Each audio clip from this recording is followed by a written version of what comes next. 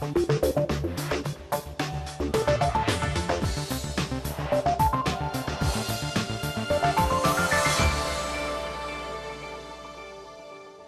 and welcome to the programme. I'm Nima Abouarde, and this week we're looking at making Petra pay. The rosy ruins are visited by millions of people every year, but the local community doesn't really benefit. So how can the past be used to give the people of Petra a better future? Also coming up this week, flying high. With so many airlines based in the UAE, can another take off? Laying down the law, Jordan's IT minister explains his side of the recent cyber controversy. And our man handicrafts. Can the Sultanate's traditional way of making pottery and clothing survive the influx of manufactured goods from India and China? But first, the ancient ruins at Petra in Jordan are facing a very modern problem. Too many tourists damaging the very thing they're travelling to see. And with many visitors staying at big chain hotels and using major tourism companies, the local community isn't really benefiting. But plans are afoot now to get the tourists to pay for local healthcare and education. So how can this work? Well, Ben Thompson went to Petra to find out. The ancient city of Petra in Jordan is one of the most popular tourist sites in the Middle East. The 2,000-year-old ruins attract more than 1 million visitors a year, and that figure is rising. And this is what most people are here to see. This is Al Khasne, or the Treasury. It's one of Petra's most famous sites. But for many visitors who come here, this is the start and end of their tour. Simply a photo opportunity here before getting back on the bus and driving somewhere else. Few venture into the miles and miles of ancient Petra that lie beyond this point. And the authorities here say this sort of drive-by tourism is hurting the local economy. The value added that such tourism brings to the local economy or to the Jordanian economy is insignificant, because it costs us much more to service these people than the price of the ticket that they end up paying for. And that's what we don't want really to have in Petra. We would like more the quality type of tourism that I'm using this as a label. People who are coming to truly not visit Petra but experience it. And so to do that, they've come up with a new 20-year plan to improve facilities and encourage visitors to stay longer. In turn, it's hoped that will mean they spend more money. For local people employed here, they say this sort of plan is long overdue. Petra doesn't mean the treasury. The size of Petra, 36 square kilometers without the suburbs. So if you want to visit the site, you need at least 3, 4, 5 days minimum to visit the whole site without climbing to the suburbs far away from the treasury. The treasury less than 1% of the site. But one visitor who did stay longer than a few hours is this woman. Marguerite van Geldermalsen first came to Petra in 1976, but she liked it so much she never left. Within 2 months, she married a Bedouin man, learned to speak Arabic and raised a family here, living in the caves around Petra. People say, oh, it must have been difficult. And I think, well, if it was difficult, I probably wouldn't be here, you know, till it really, you know, Mohammed was just fun to be with, and he'd just go off whistling to sell his trinkets up at the Treasury, and if he sold some, he'd come home, you know, and we'd have dinner. So it was a very, very easy, laid-back way of life. Marguerite now runs this stall selling local jewellery, as well as copies of her book. She says the new plan for Petra must address some key challenges in the local community. The kids can't see the need to go to school, spend money on a university degree or something to end up being a teacher for, I don't know, 300 dinars a month. When the chance is that down here they can make more than that from now at the age of 10. I mean, don't forget that that kid coming down here, not only are they selling it and getting money, they enjoy chatting with the tourists. They love it when the tourists say, oh, you speak such good French or English or Spanish or Japanese, which they do if they chat with tourists every day. So it's all that as well. It's more fun. And it's a view shared by the authorities here. When the native Bedouins were moved out of the village in 1985, they were resettled nearby. But with such direct links to the site, their involvement is key. Without the buy-in of the local community, without their full engagement and participation in whatever is going on, we're not going to be able to sustain it. We have increased ticket price for Petra, and by the way, a key portion of that really is being used to invest in health, education and other type of social and municipality services really. But with visitor numbers expected to more than double over the next 2 years, getting that plan right is vital. And it's a plan that means using the past to give the people of Petra a better future. Ben Thompson discovering Petra there. Now, next week, the likes of Yahoo and Amazon will be in Jordan to take part in the country's annual technology conference. Jordan has been a breeding ground for quite a few internet startups, some of them very successful. But it's also been the scene of controversy recently when a new cyber law was proposed that some thought could wrongfully indict people in the name of national interest. So has this damaged Jordan's reputation as a friendly place for web-based business? That's a question I put to the country's IT Minister, Marwan Jama. In Jordan, when we create laws, we don't do it on ourselves as government. We work with the private sector, with Intaj, our counterpart. The law went back and forth 3 times, 3 versions. And at the end, when we had the buy-in and support of the industry, we posted the final draft online. It wasn't approved by the government, it was a final draft. So when it comes to cyber laws, what's your juggling act? We listened for about 2 weeks as government. We opted to say, okay, let's listen and listen carefully to the input. And this is not a Quran at the end of the day. It's not the Holy Bible. If the input is valid and it's of the national interest, we will change accordingly. And at the end, everyone was very, very pleased with the final version. So where does Jordan stand in terms of free access to any information? I mean, bearing in mind that we are in the UAE and the ban on Flickr has just been lifted. Well, Jordan never banned anything. Jordan never banned anything since day one. Since the days of His late Majesty King Hussein, he ensured from day one, says the internet is untouched. Leave it open and let control be at a parental level. And not by government, by the state, and anybody else. Voice over IP is completely open. Flickr is there. Everything is there. You know, and all social networking, and nothing at all is banned, and nothing will be. And this is. At the end of the day, we believe that anyone fighting the internet is fighting technology. Is fighting a losing battle. So what is it that Jordan is and will become in this space? Jordan only has human talent. As many people know, we don't have any natural resources. Long term, this is a blessing because we have the only resource that matters. 21st century is knowledge, it's people. So we're harnessing people. We're investing substantially in education, ensuring that we realizing that in ICT, competition is global, but so is the opportunity. It all sounds wonderful, but how do you ensure that every government department is on board? There are companies that have said to me that they will not put all of their eggs in the Jordan basket because of things like knee-jerk reactions, a ministry coming in and closing down shop. The rule of law is critical, and implementing laws is also critical. You know, that's something we realize in government. In terms of setting our budgets, it's not about roads, it's not about networks, it's not about buildings. It's about investing in people. It's about investing in what Jordan can really compete on. And as ICT, we're getting a lot of support. Jordan's IT Minister Marwan Juma speaking to me earlier. With a population of 8 million people, the UAE is well served by the 4 airlines that are based in this country.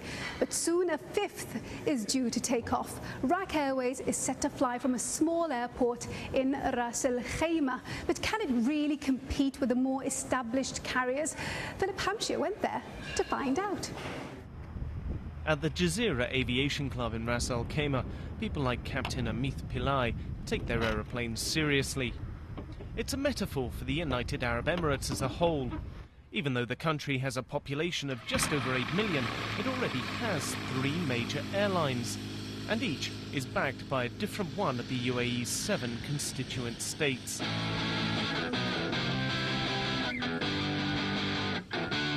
First up is Emirates. The Dubai-based airline is now the biggest in the Middle East. Next is Air Arabia. It's the biggest low-cost carrier in the region and backed by Sharjah. Then there's Abu Dhabi's Etihad. The newest of the 3, it's pushing hard to overtake them.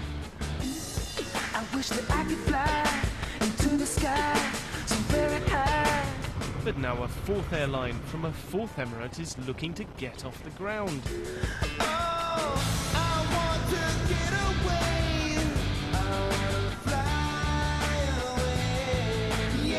Commercial operations are recommencing at RAK Airways.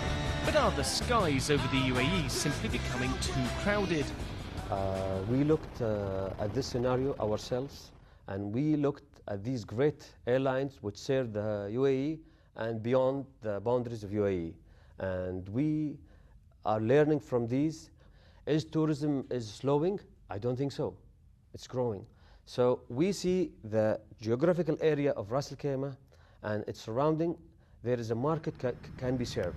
The airline will fly from Ras Al Khaimah International. It's a full-service airport, originally built for the military, that at present is used mostly by cargo flights, Oman Air, and a few tourist charter planes. The airstrip is 3,760 metres. It is a long one. It can cope with the arrival of the A380.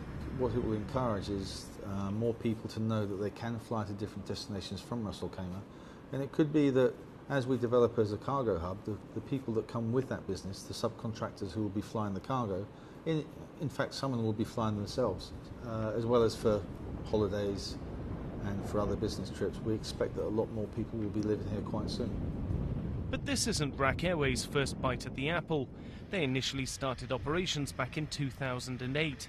The recession caused them to cut everything back to the bone, leaving planes lying idle. Can they really make it work this time? It hasn't worked before, and it has a very similar plan as before. The destinations aren't the greatest choice perhaps to start with. They could have started somewhere easier perhaps. So if they don't attract the passengers, they're not going to make money. So it remains to be seen how it works out. To get back into the skies over RAK City, they're taking things slowly. They'll start with just 2 routes, one to Jeddah in Saudi Arabia, a popular destination for both pilgrims and businessmen. The other goes to Calicut in southern India, a place many of Dubai's migrant workers come from, and a place they return to when the sun sets on their time in the UAE. Of course, although Sheikh Omar is chairman of RAK Airways and chairman here at the Al Jazeera Flying Club, he assures me the planes RAK Airways will be using will be slightly larger than these. All of which still leaves the question of whether RAK Airways can fill those seats and be profitable this time around. With fares starting at just 10 dirhams, a little over $3, they're going with a low-cost sales model similar to Ryanair and Air Arabia. They'll be hoping demand is just right to avoid a second bumpy financial landing. Philip Hampshire with his head in the clouds there. Right, we're going to take a short break now, and when we come back, could the way to deal with the glut of commercial property here in Dubai be to simply bulldoze over the older buildings? We'll be finding out.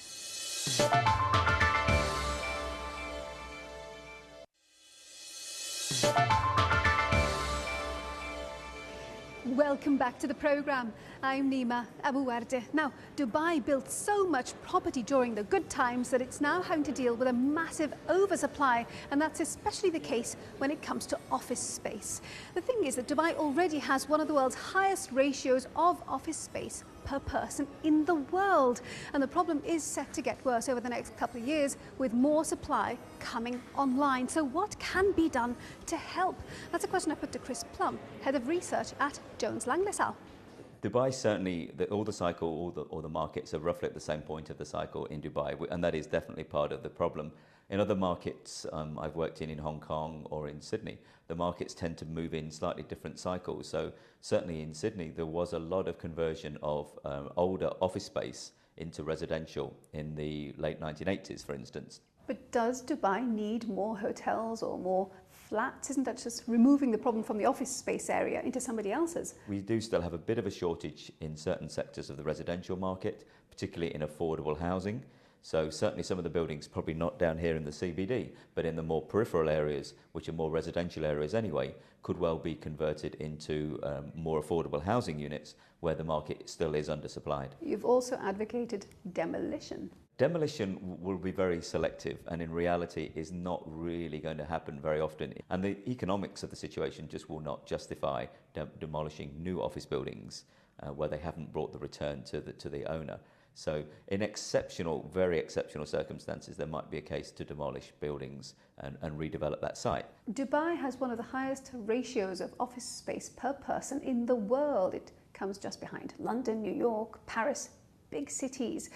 It's going to get worse, isn't it, with new supply coming online? It's certainly surprising that Dubai has such a large amount of office space relative to the population, although to some extent that was always the way it was designed. Obviously Dubai has been designed and has seen strategically as a global city.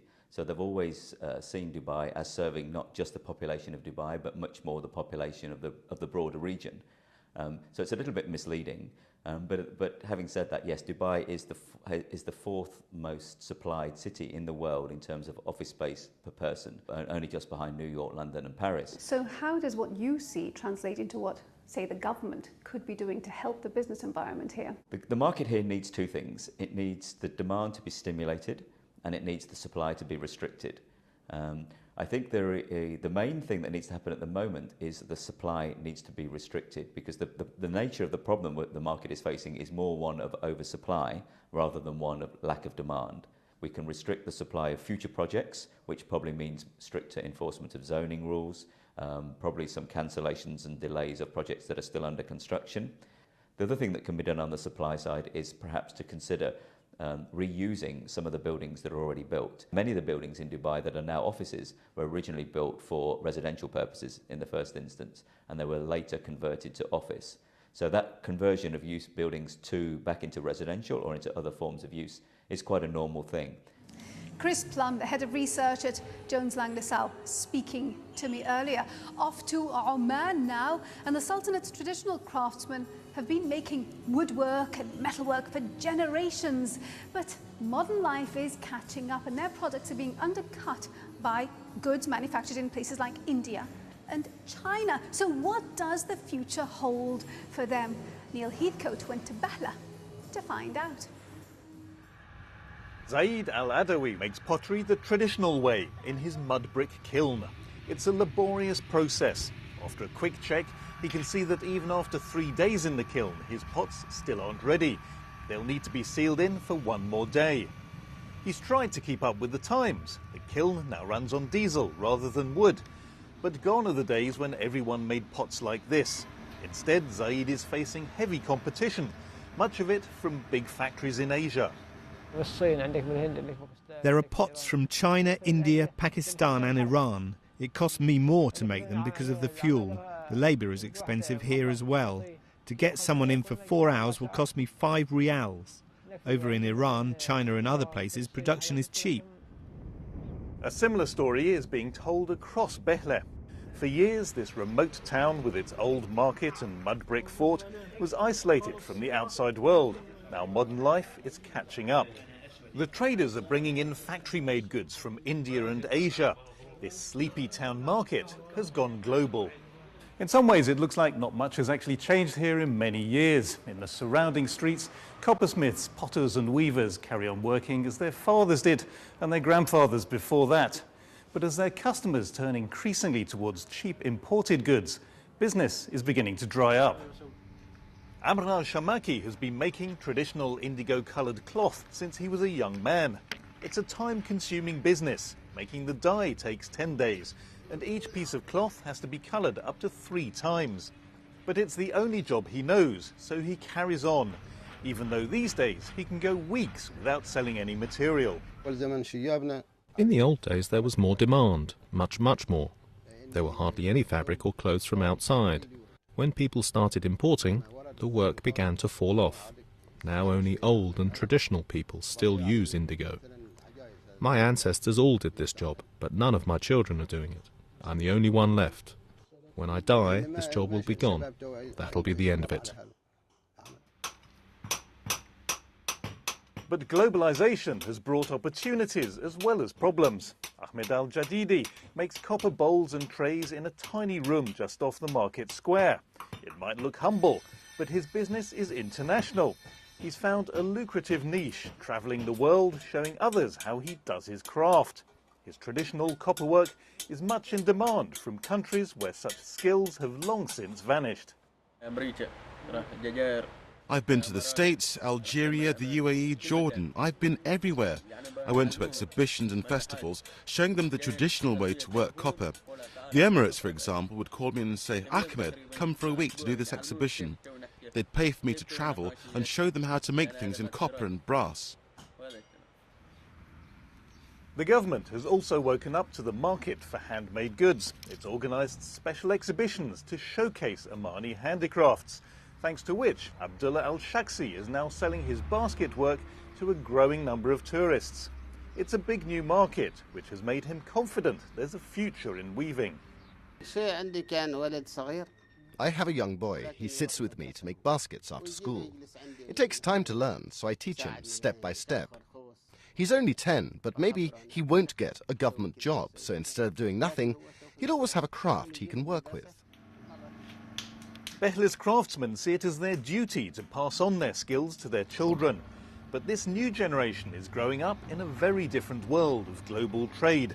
Soon they'll be called on to decide whether to carry on the family tradition or begin again with a clean slate and a wholly different future. Neil Heathcote reporting from Behla in the Sultanate of Oman there. Well, our time is very nearly up for this week. I do hope you've enjoyed our programme. Before we go, though, let's see how the region's main markets finished the week. And remember, we'd love to hear from you. Our email address is middleeastbiz@bbc.co.uk. Do send us your story ideas and any comments you have about the programme. Now, next week, we're back in Oman. We're going to the capital, Muscat, to find out what the government is doing to help support its shrimping industry. Until then, from me, Nima Abu Warde, and the rest of the team, thank you for watching. Bye-bye.